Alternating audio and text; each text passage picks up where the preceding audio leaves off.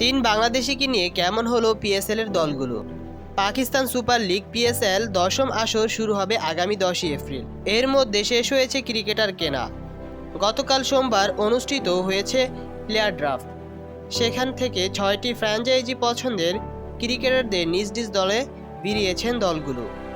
বাংলাদেশ থেকে পিএসএল এর আসন্ন আসরে দল পেয়েছেন 3 জন। তারা হলেন লিটন দাস, নাহিদ রানা ও রিশাদ হোসেন।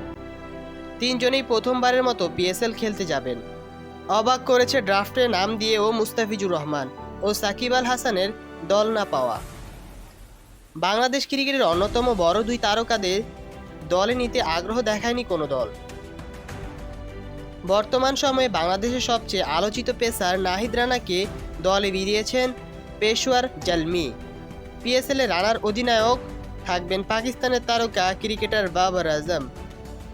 ডানহাতি পেসার দলে আরও আছেন পাকিস্তানের সাদা বলের উইকেটে দারুণ ফর্মে থাকা সাইম আইয়ুব ও মোহাম্মদ হারিস। লিটন দাস খেলবেন করাচি কিংসে।